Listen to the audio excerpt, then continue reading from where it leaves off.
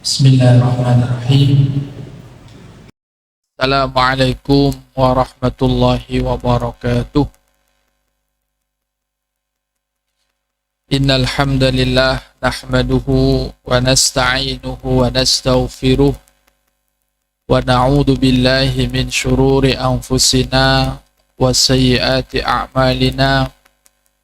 May yahdihillahu fala mudhillalah wa may yudlil fala hadiyalah. Asyhadu an la ilaha illallah wahdahu la syarikalah wa asyhadu anna Muhammadan abduhu wa rasuluh alladzi la nabiyya wa la rasula ba'dah. Allahumma shalli wa sallim wa barik ala Muhammad wa ala alihi wa sahbihi wa man tabi'ahum bi ihsanin ila yaumil qiyamah. Rabbi shrah li sadri wa yassir li amri wahlul 'uqdatam min lisani yafqahu qawli. Allahumma anfa'na bima 'allamtana wa 'allimna ma yanfa'una wa zidna ilma. Amin ya rabbal alamin. Hadirin wal hadirat, kaum muslimin wal muslimah, jamaah salat maghrib Masjid Al-Furqan rahimakumullah. Alhamdulillahi rabbil alamin. Kembali kita memuji nama Allah sebagai bentuk rasa syukur kita kepadanya, karena Allah subhanahu wa ta'ala masih menganugerahkan kepada kita nikmat iman, nikmat Islam, nikmat umur, diberikan kesehatan, sehingga kita di kesempatan yang mulia ini bisa hadir di rumah Allah yang mulia, laksanakan ibadah salat maghrib berjamaah, dan kita lanjutkan dengan kegiatan tausiah. Semoga Allah subhanahu wa ta'ala menerima amal ibadah kita. Amin ya rabbal alamin. Berikutnya tidak lupa kita sampaikan salawat dan salam kepada junjungan kita Nabiullah Muhammad sallallahu alaihi wasallam. Allahumma salli wa sallim wa barik alaihi, serta kepada keluarganya, sahabat-sahabatnya yang telah ikut andil berjuang bersama Nabi untuk menyebarkan dinul Islam. Hadirin wal hadirat yang dimuliakan oleh Allah subhanahu wa ta'ala, dalam sebuah kesempatan Nabi kita Muhammad sallallahu alaihi wasallam menyampaikan sebuah hadis. Hadis ini diriwayatkan oleh Imam Ahmad. Diceritakan dari haddatsana Affan, haddatsana Syu'bah an Asimin al-Ahwal an abihi Tamimah an ridfin Nabi sallallahu alaihi wasallam. Diceritakan ada salah seorang sahabat Nabi, tanpa disebutkan namanya, suatu saat ikut bersama Nabi dalam sebuah perjalanan yang dia ini menaiki keledai.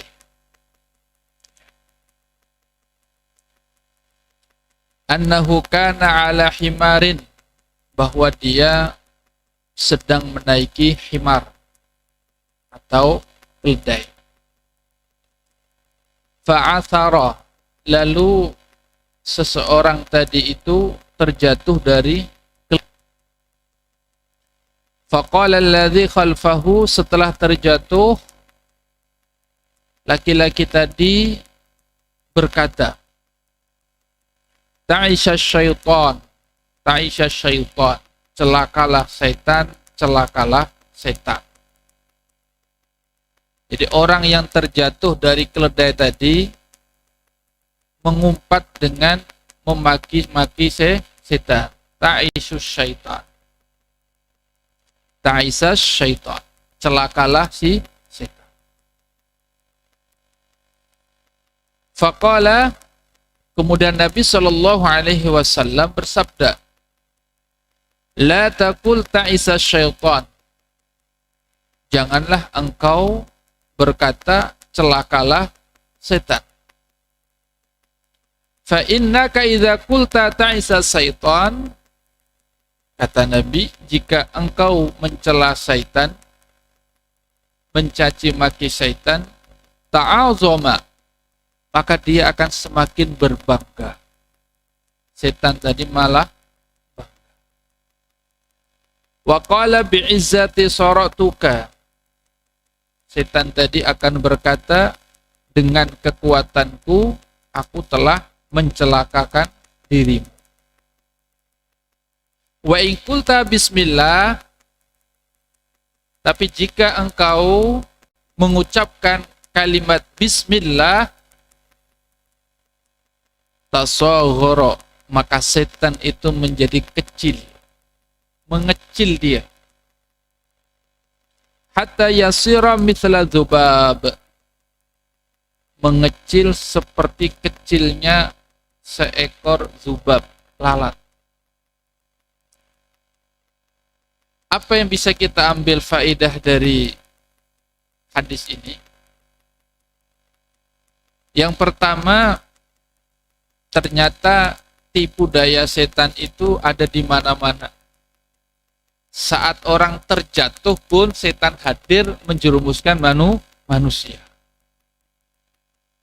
Tak sedikit orang itu kadang kepleset, yang keluar dari lisannya itu bukan istighfar atau nyebut nama Allah, tapi nyebut yang lain-lain. Pernah begitu? Terkaget nyebut yang lain-lain. Kadang benda yang nggak salah pun dimarah-marahinya. Apa kaitannya? Mungkin kitanya aja kurang hati-hati. Dasar lantai, dasar-dasarnya itu. Itu yang pertama. Yang kedua, ternyata ketika kita mengumpat dengan umpatan-umpatan yang tidak semestinya terucap dari lisan kita, itu setan malah senang. Setan itu apa? Senang.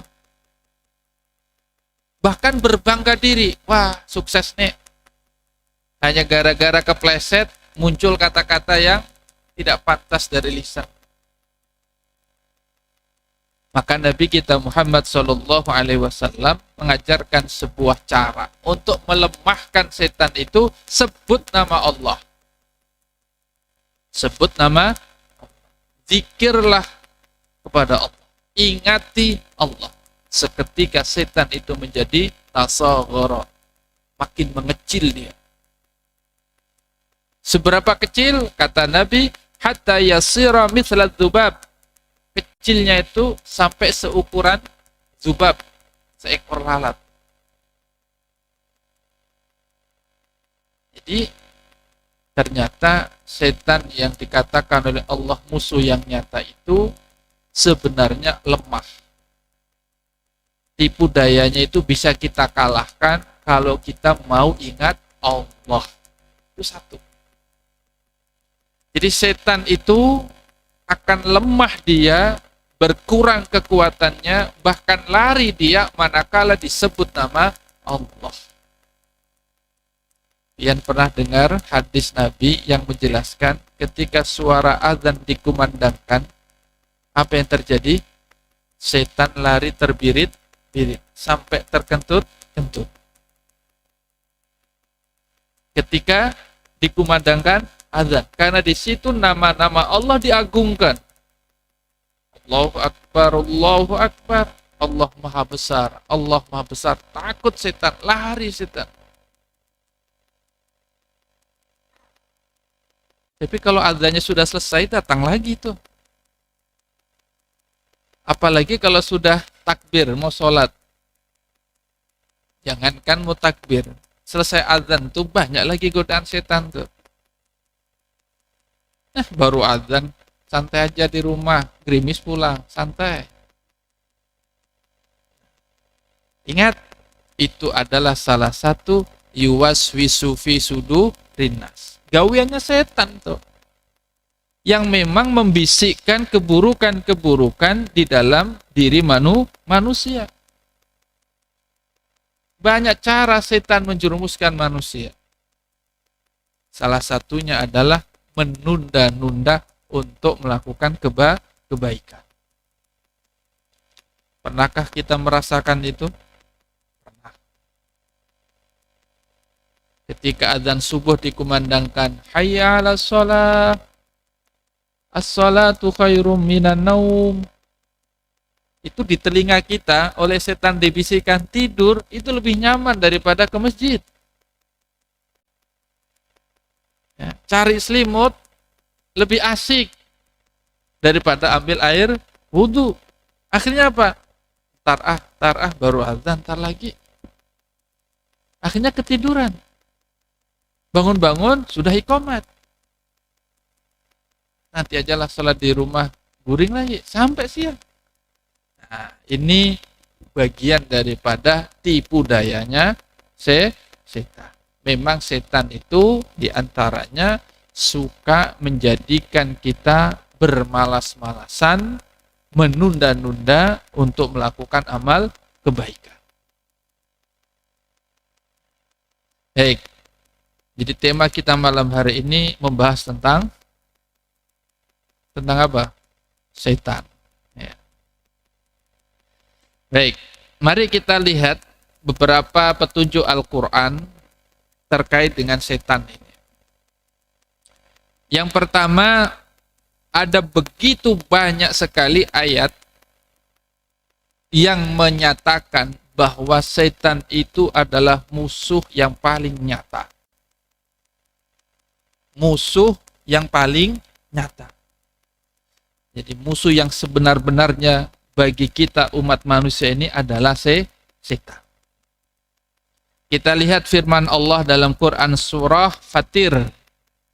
Surah ke-35 ayat ke-6. Allah Subhanahu wa taala berfirman, A'udzu billahi minasyaitonir rajim. Innasyaitana lakum aduwwun. Sesungguhnya setan lakum bagi kalian umat manusia ini aduwwun, musuh. Fattakhizuhu aduwa, maka perlakukanlah ia seperti musuh. Jangan jadiin kawan. Sudah ngerti itu musuh, dikawanin. Senang setan. Mestinya, kata Allah, fattakhizuhu aduwa. Bersikaplah layaknya kita sedang menghadapi musuh. Karena setan itu musuh yang nyata.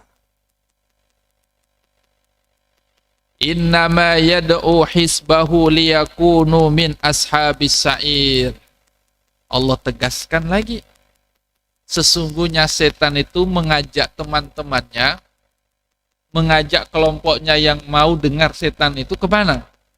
Kata Allah, liyakunu min ashabis sa'ir. Agar mereka bisa punya teman di neraka.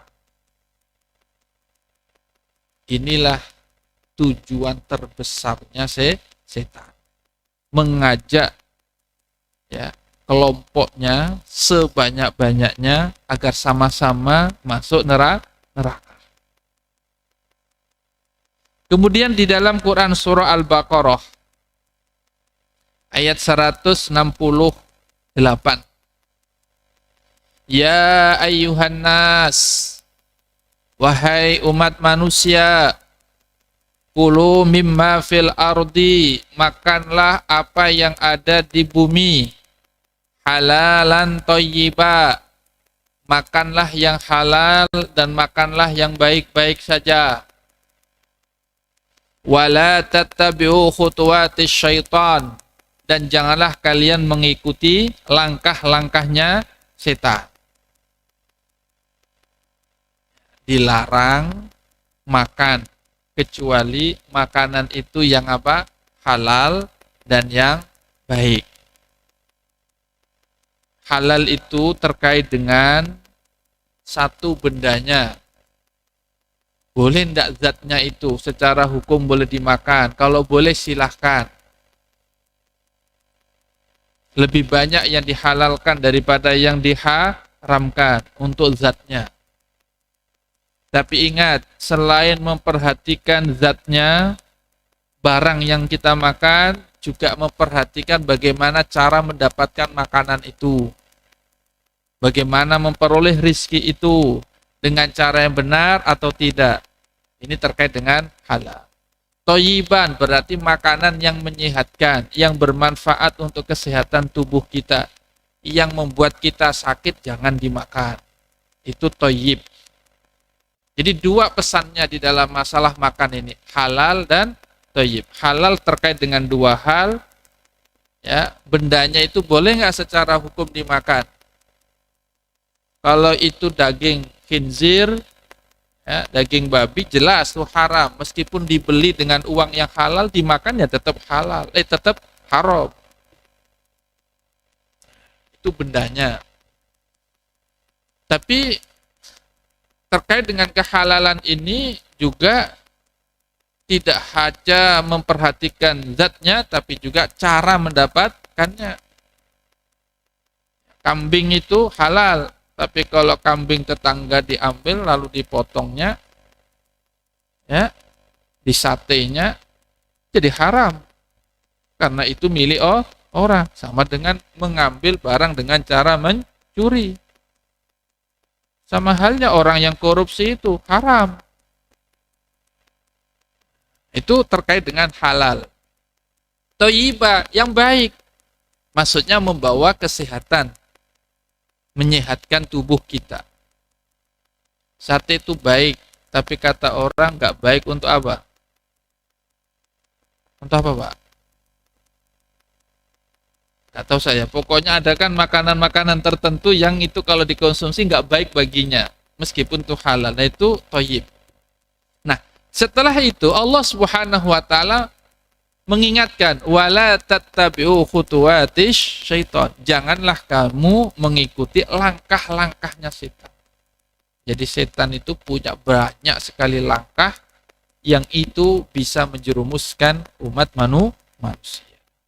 Innahu lakum aduwwum mubin. Sesungguhnya setan itu sekali lagi Allah tegaskan musuh yang paling nyata. Kemudian di Al-Baqarah 208, ya ayyuhalladzina amanu dukhulu fis-silmi kaffah wa la tattabi'u khutuwatis syaitan innahu lakum aduwwum mubin. Wahai orang-orang beriman, masuklah ke dalam Islam secara kafah, totalitas. Seluruh sendi kehidupan manusia harus berdasarkan Islam. Jangan berkata Islam hanya saat lahir dan kematian saja. Kan gitu, lahir, diadzanin, diakikahin, mati, dikubur dengan cara Islam. Tapi antara hidup dan mati nggak mau menggunakan tuntunan Islam. Jadi seolah-olah ajaran Islam itu berlaku saat lahir dan saat kematian. Udkhulu fis-silmi kafah. Dalam segala hal masuklah ke dalam tuntunan agama Islam. Itu perintah dari Allah Subhanahu wa ta'ala kepada kita orang-orang yang beriman. Jadi dalam urusan membangun rumah tangga, gunakan tuntunan Islam. Dalam berbisnis, berdagang, ikuti ajaran Islam. Dalam banyak hal, dalam mengelola kehidupan bermasyarakat, mengelola negara, ikuti juga prinsip-prinsip yang diajarkan dalam Islam. Nah, itu namanya udkhulu fis-silmi kafah. Masuklah ke dalam Islam secara keseluruhan, totalitas. Jangan pilih-pilih. Baik. Kemudian informasi berikutnya, ternyata setan itu menurut Al-Quran itu ada dari golongan jin dan manusia. Jadi setan itu ada yang wujudnya dari makhluk jin dan ada dari manusia. Di antara ayat-ayat yang menjelaskan akan hal ini, Quran Surah Al-An'am ayat 112. Wa kadzalika ja'alna likulli nabiyyin aduwan. Dan demikianlah kami jadikan bagi tiap-tiap nabi itu musuh, aduan. Jadi kata Allah, ja'alna likulli nabiyyin, kami telah jadikan bagi tiap-tiap nabi yang telah Allah utus ke muka bumi ini aduan. Mesti punya musuh. Mesti ada yang menolak. Mesti ada yang gak setuju. Siapa itu? Syayatin. Yaitu setan-setan. Siapa itu? Syayatinal insi wal jin. Ada setan-setan berwujud manusia dan ada setan-setan berwujud jin. Jadi ayat ini menjelaskan bahwa setan itu ada dari golongan apa? Jin. Dan ada juga golongan dari manusia. Yuhi ba'duhum ila ba'din zuhrufal qawli ghurura. Setan-setan dari jenis manusia dan dari jenis jin ini, sebagian di antara mereka membisikkan kepada sebagian yang lainnya perkataan-perkataan yang indah untuk menipu umat manusia. Jadi dibisikkan perkataan-perkataan yang menipu. Jadi orang yang gaweannya menipu itu berarti mengamalkan langkah-langkahnya setan. Menipu itu termasuk bagian daripada langkah-langkahnya setan. Yang di atas tadi disebutkan wala tattabi'u khutuwatis syaitan. Dan janganlah kalian mengikuti langkah-langkahnya setan. Banyak sekali langkah-langkahnya setan. Di antaranya berikutnya sebuah hadis yang diriwayatkan oleh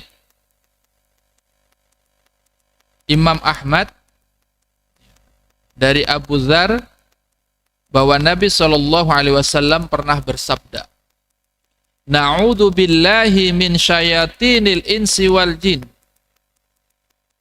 Kami berlindung kepada Allah dari godaan dan tipu dayanya setan, dari golongan manusia dan juga dari jin. Fakultu ya Rasulullah. Abu Dzar bertanya kepada Rasul, ya Rasulullah, walil insi syayatin, apa ada setan jenis manusia? Jadi sahabat itu tanya, apa ada? Jawab Nabi apa? Qala na'am. Iya, ada. Jadi wujudnya itu ada yang berwujud dari kelompok jin, ada yang berwujud dari manusia. Nah, ini ayat yang paling kita hafal nih, Quran surah An-Nas. Alladzi yuwaswisu fi sudurin nas minal jinnati wan nas.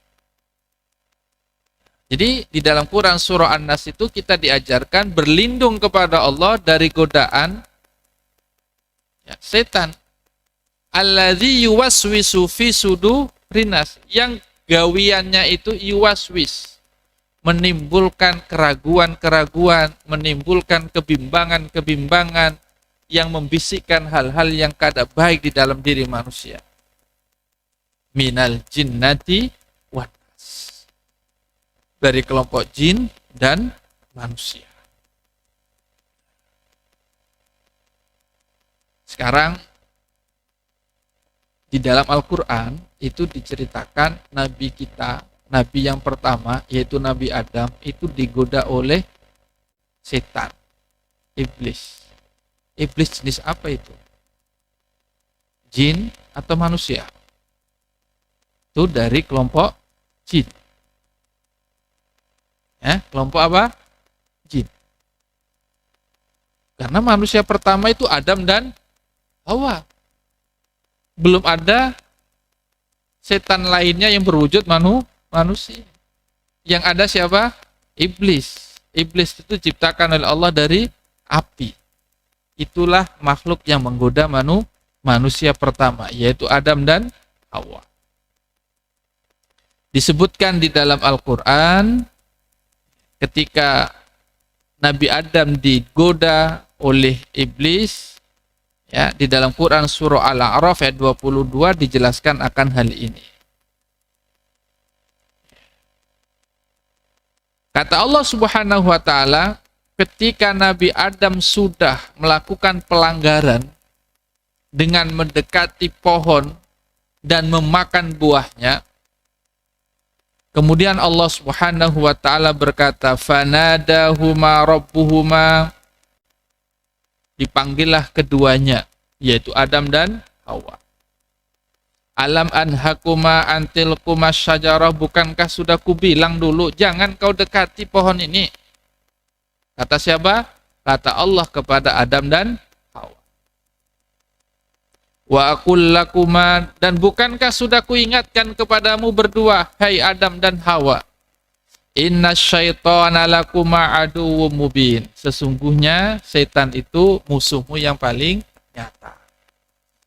Ini contoh ayat yang menjelaskan setan dari golongan apa?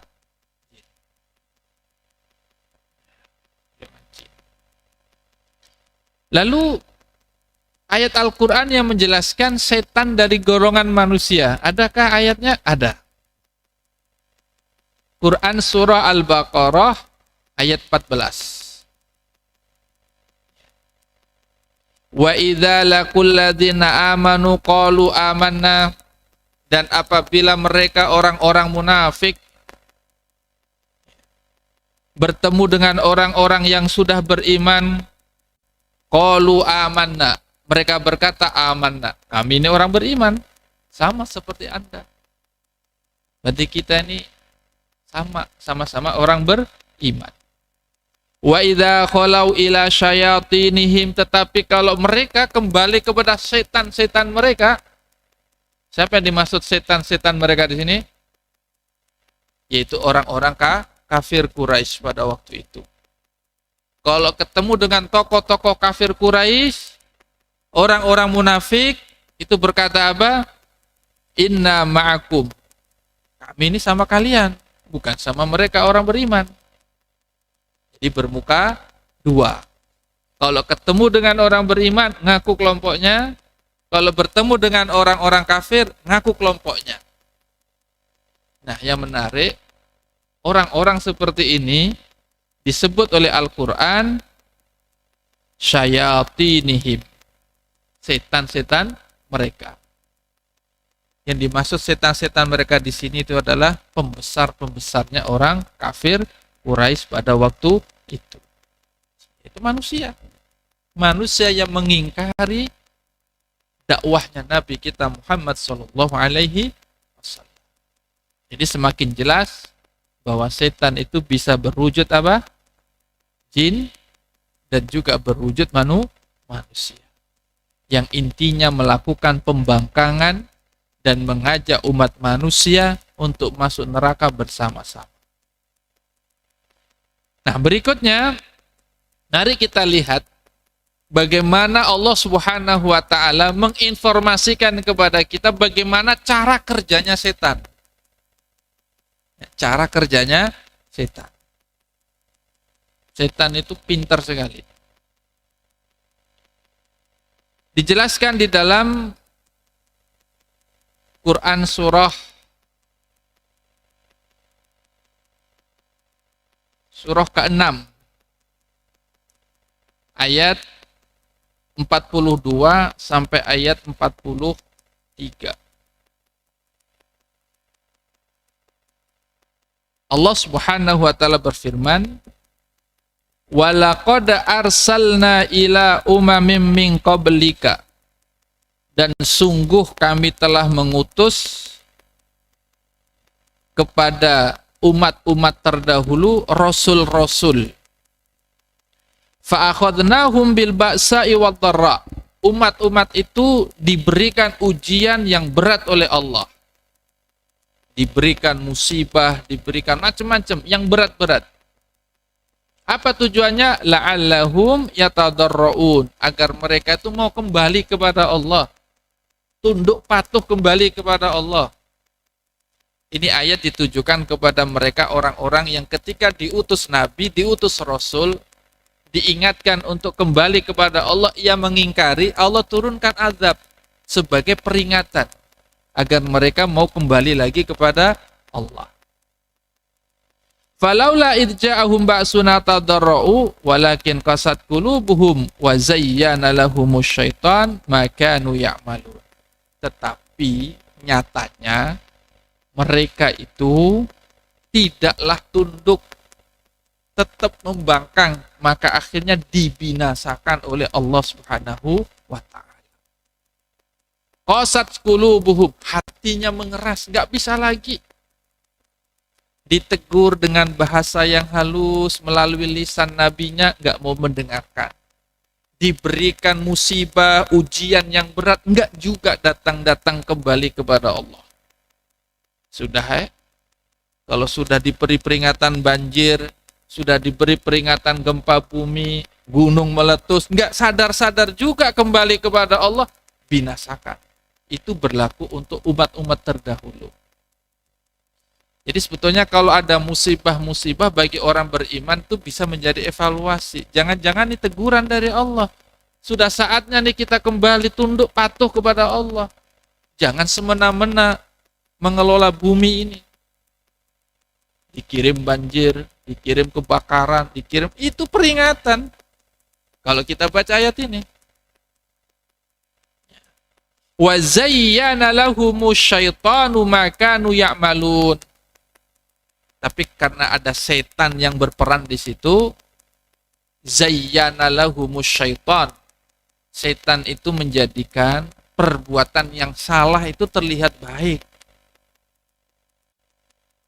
Perbuatan yang jelas-jelas itu keburukan terlihat baik. Siapa yang membuat baik itu? Syaitan. Syaitanlah yang membuat perbuatan yang salah di mata pelakunya itu sebuah kebaikan.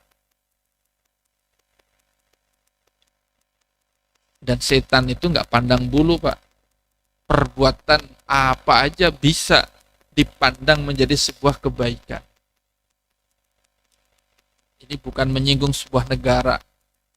Tapi baru-baru ini ada negara tetangga Indonesia yang sudah melegalkan pernikahan sejenis, Pak.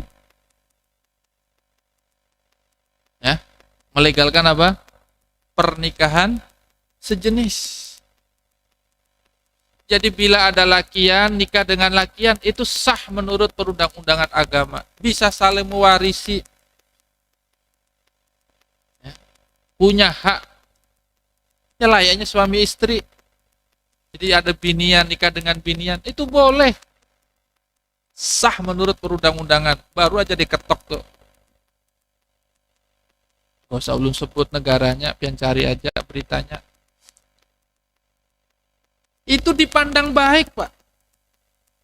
Padahal jelas-jelas dahulu ada kaum yang dibinasakan gara-gara ini, Pak. Kaumnya siapa? Nabi Lut. Dipandang baik. Ini kan hak manusia. Kesetaraan umat manusia. Mau mencintai siapa itu haknya, biarkan saja. Yang penting bahagia, baik itu. Hak asasi manusia. Itu dalihnya, Pak. Kira-kira yang ngompori ini hak asasi manusia, ini kesetaraan, ini emansipasi. Itu kira-kira siapa, Pak, yang bisikan, Pak? Syayatinihim. Dan ternyata nggak hanya satu negara, Pak, yang melegalkan seperti itu. Sudah banyak negara. Hati-hati jangan sampai itu masuk virusnya ke Indonesia.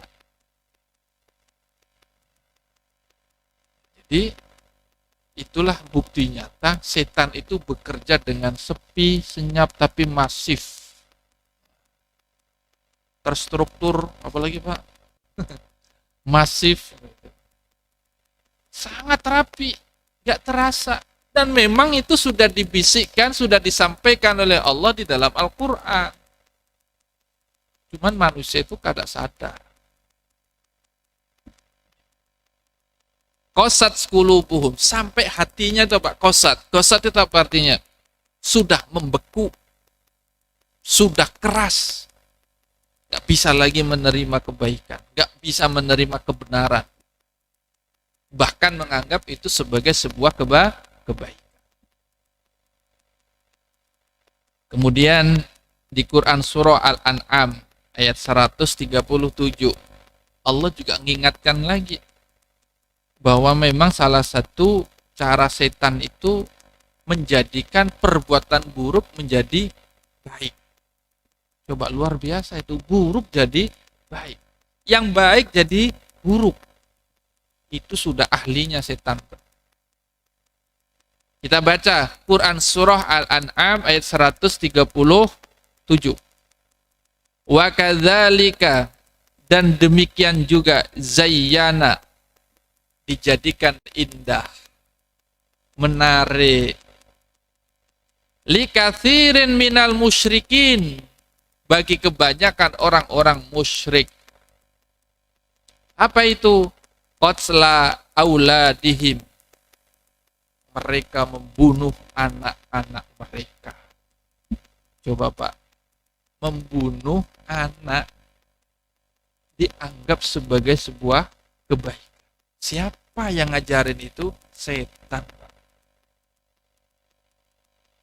Zayyana likatsirin minal musyrikin, setan berhasil menghiasi kejahatan pembunuhan sebagai sebuah kebaikan di mata orang-orang musyrik pada waktu itu. Qatla auladihim syuraka'uhum liyurduhum waliyalbisu alaihim dinahum. Kata Allah Subhanahu wa taala, banyak di antara orang-orang musyrik itu membunuhi siapa? Anak-anak mereka untuk membinasakan mereka dan mengacaukan agama mereka sendiri. Itu yang mengajari adalah setan. Ini luar biasa. Maka hati-hati, tipu daya setan itu memang benar-benar ada. Maka di dalam agama kita itu diperintahkan senantiasa ingat kepada Allah, karena tadi disebutkan dalam sebuah hadis, setan itu lemah manakala kita ingat dengan siapa? Allah. Dan dia akan semakin kuat bila mana kita jauh dari Allah. Kuncinya itu, Pak. Bangun kedekatan kita dengan Allah, maka kita bisa melawan tipu dayanya setan. Tapi kalau kita makin jauh dengan Allah, menjauh dari Allah, setan makin dekat, kita makin dikuasai oleh tipu dayanya setan. Wah, kalau sudah dikuasai setan, Pak, perilaku manusia itu lebih kejam daripada binatang, Pak. Baru-baru ini ada kasus yang kalau kita ikuti beritanya ngeri, Pak. Ini masih hangat-hangatnya ini. Wanita yang dibunuh lalu dimutilasi, dimasukkan ke dalam koper. Masih ada kan beritanya ya? Betapa ngerinya itu. Kalau kita bayangkan perilaku manusia seperti itu. Itu saya yakin orang itu sudah dikuasai oleh apa? Setan. Melakukan pembunuhan, melakukan mutilasi, dibuang ke sana kemari. Padahal namanya bagus itu, Pak. Nama pelakunya itu bagus. Tapi namanya tidak sesuai dengan harapan orang tuanya. Ya, namanya bagus, tapi tidak sesuai dengan harapan orang tuanya. Nah, Bapak Ibu sekalian yang dimuliakan oleh Allah Subhanahu wa taala. Satu lagi hadis Nabi Shallallahu alaihi wasallam ketika Nabi Shallallahu alaihi wasallam didatangi oleh salah seorang istrinya yang bernama Sofiyah binti Huyai. Jadi diceritakan suatu saat Nabi itu sedang berada di masjid. Kemudian Sofia binti Huyai ini mendatangi Nabi di malam hari. Falamma raja'at, ketika Nabi pulang, intolaqa ma'aha, pulang membersamai Sofia binti Huyai. Famarra bihi rajulani minal ansor. Pas pengantar pulang itu ketemu dengan dua laki-laki Ansor. Fada'ahuma. Lalu laki-laki Ansor ini ketika melihat Nabi sedang bersama perempuan di malam hari, mau menghindar. Lalu dipanggil oleh Nabi. Sini. Faqala, kemudian Nabi segera bersikap cepat mengantisipasi jangan sampai setan masuk ke hatinya. Kira-kira apa, Pak? Setan kalau itu ketemu orang laki-laki bersama perempuan di malam hari, kira-kira setan apa, Pak, bisikannya? Nah, selingkuh, Nek. Nah, bawa bini orang, Nek. Itu. Padahal yang bersama Nabi itu adalah siapa? Sofia binti Huyai. Siapa itu? Istri Nabi sendiri. Tapi Nabi begitu hati-hati jangan sampai setan masuk ke dalam hati dua laki-laki Ansor tadi. Maka Nabi SAW berkata, innama hiya Sofiyah. Itu adalah Sofiyah binti Huyai, istriku. Ya. Qala subhanallah. Dua laki-laki itu kemudian menyebut nama Allah. Subhanallah, maha suci Allah. Itu artinya, Pak, orang tadi, Pak, sebenarnya mau lari tadi itu karena sudah dapat bisikan apa? Setan. Nih Nabi, nah, malam-malam lawan binian. Siapa nih? Setan, Pak, masuk kayak gitu. Maka Nabi gercap, panggil, sini. Jangan pergi dulu, dengerin penjelasanku. Ini Sofia, istriku. Jangan kau bilang nanti aku sama si A si B. Itulah Nabi, Pak. Begitu hati-hatinya dengan tipu dayanya setan. Dipanggil, Pak, jangan sampai menimbulkan fitnah. Karena Nabi sudah pernah kena fitnah, Pak. Aisyah selingkuh ya. Padahal bukan seperti itu fitnah. Itu tadi setan masuk membisikkan kepada hati orang-orang munafik, wah ini nih bahan bagus nih untuk menjatuhkan Nabi. Sebarkan fitnah. Sampai Nabi cemburu, Pak. Gara-gara itu.